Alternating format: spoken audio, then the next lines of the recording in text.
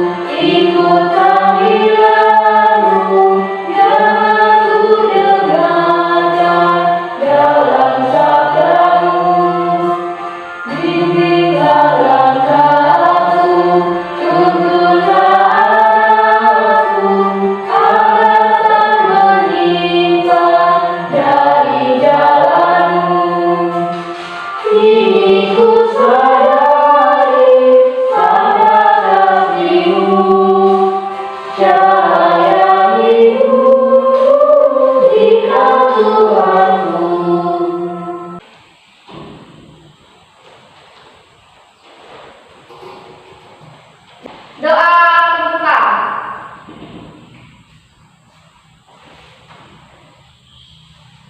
Sebelum mulai doa, marilah kita membuat tanda kemenangan Yesus Kristus.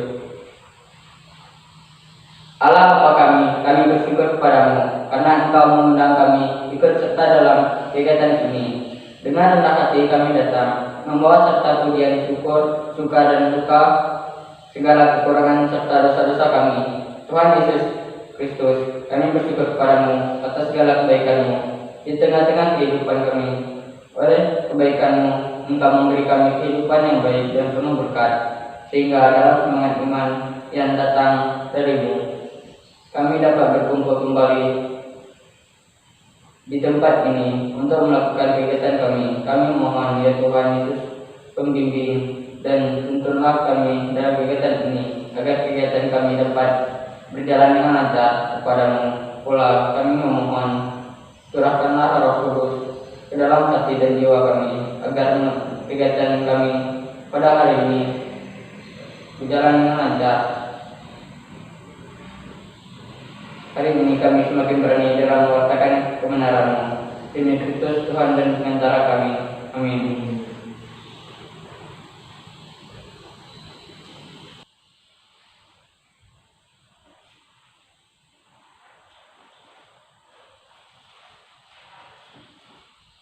Pembacaan diambil dari 1 Korintus bab 12 ayat 12 sampai dengan 31. Banyak anggota tetapi satu tubuh.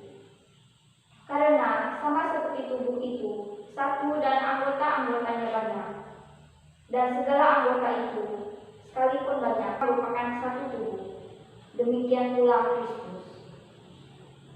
Sebab dalam satu roh kita semua, baik orang Yahudi maupun orang Yunani, baik budak maupun orang merdeka, telah dibaptis menjadi satu tubuh, dan kita semua diberi minum dari satu roh.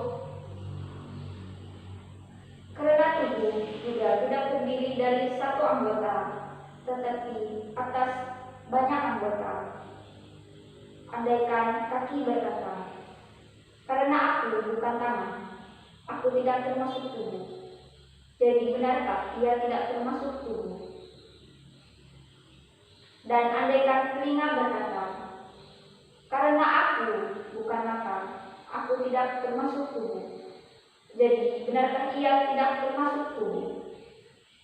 Andai kata tubuh seluruhnya adalah mata, di manakah pendengaran? Andai kata seluruhnya adalah telinga, di manakah penciuman?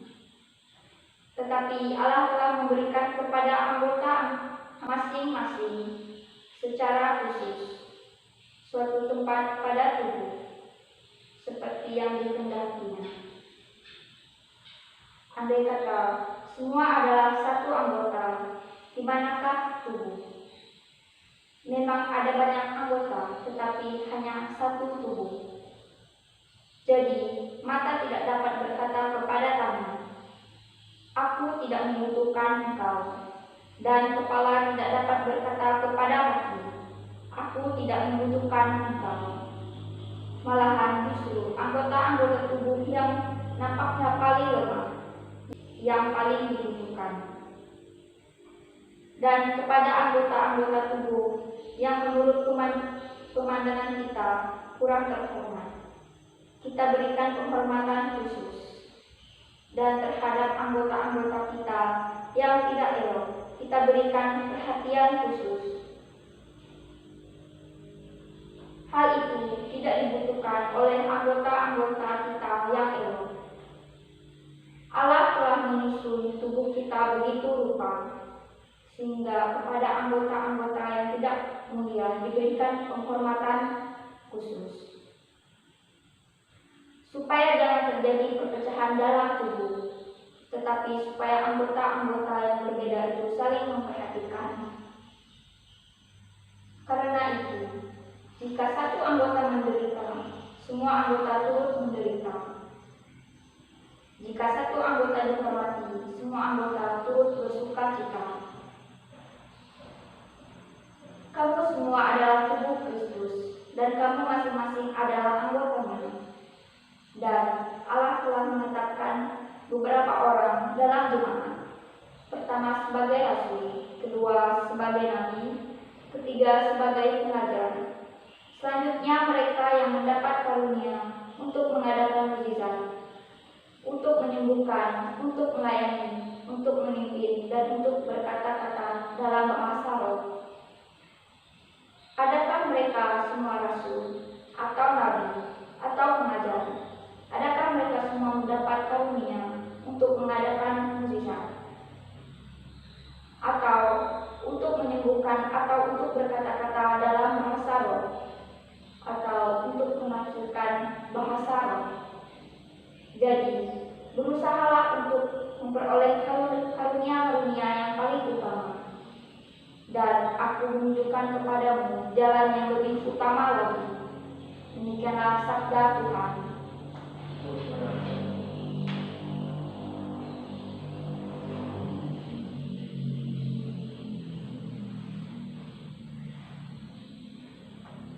Renungan.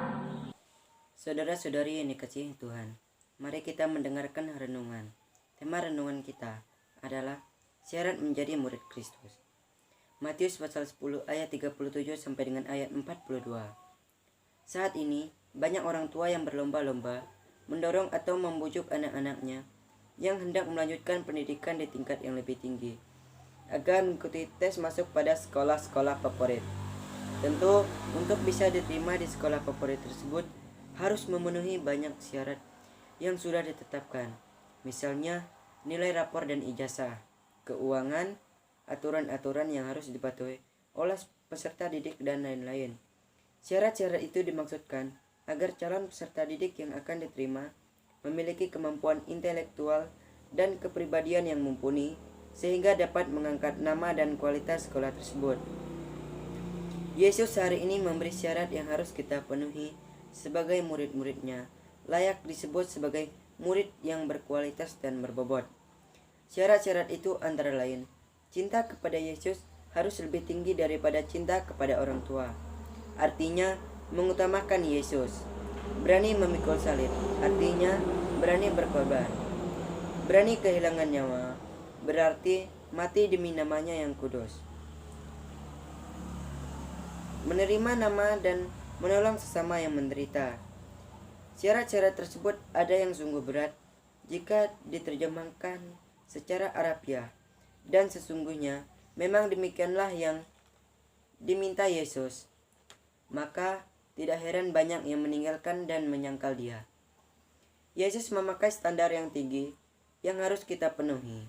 Namun, bukankah Dia juga yang memiliki kasih yang tak terbatas? Dan kasih itulah merupakan jalan bagi kita untuk belajar bertumbuh menjadi murid-muridnya yang berkualitas. Saat kualitas kemuridan itu sudah terpatri dalam diri kita, pasti kita akan mengutamakan Dia dan membiarkan kehendaknya terjadi atas kita. Santo Paulus mengatakan, "Kamu telah mati bagi dosa, tetapi kamu hidup bagi Allah dalam diri Kristus." Roma pasal 6 ayat 11. Kasih memampukan kita untuk berani mematikan keinginan-keinginan yang tak teratur, dan kasih juga memampukan kita untuk hidup sesuai kehendak Allah sebagaimana yang telah diteladankan Yesus Kristus pada kita. Maka syarat-syarat tersebut dapat kita ringkas dalam satu kata, kasih. Kualitas kemuridan kita diukur dari seberapa besar kasih itu hidup dalam kenyataan. Yesus berkata, "Barang siapa memberi air sejuk secangkir saja kepada salah seorang yang kecil ini, karena ia muridku, aku berkata kepadamu, sesungguhnya ia tidak akan kehilangan upahnya." Matius pasal 10 ayat 42. Yesus membutuhkan secangkir air sebagai bukti kasih itu nyata dan berbuah. Kita bercermin pada Sang Sabda yang mengatakan, "Barang siapa tidak memikul salibnya dan mengikuti aku, ia tidak layak bagiku. Barang siapa menyambut kamu, ia menyambut aku." Matius pasal 10 ayat 38 dan ayat 40. Kasih tanpa syarat adalah syarat bagi kita untuk menjadi murid yang berkualitas. Salam Kornopong hati baru. Dia tak henti-hentinya mendidik kita untuk menjadi murid yang berkualitas, senantiasa memberkati kita semua. Demikian renungan ini. Doa penutup.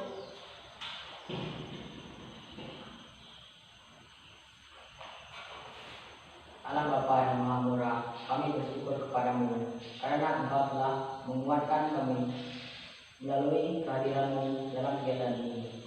Kami bersyukur kepadamu karena Engkau telah membagikan kelimpahan cinta kasih-Mu kepada kami. Kami bersyukur karena persekutuan cinta kasih-Mu. Semoga hidup kami dipenuhi rasa syukur baik dalam suka maupun dalam duka. Semoga persekutuan kami dengan Yesus dalam kegiatan ini menguatkan iman kami, sehingga kami mampu menjadi saksi-saksi-Mu di tengah-tengah masyarakat. Bapa, kami mohon rahmat-Mu bagi orang lain yang mengikuti kegiatan ini. Semoga mereka semua tetap dalam naungan kasih-Mu, sebab Engkaulah yang hidup dan berkuasa bersama Putra dalam persekutuan Roh Kudus, kini dan sepanjang segala masa. Amin.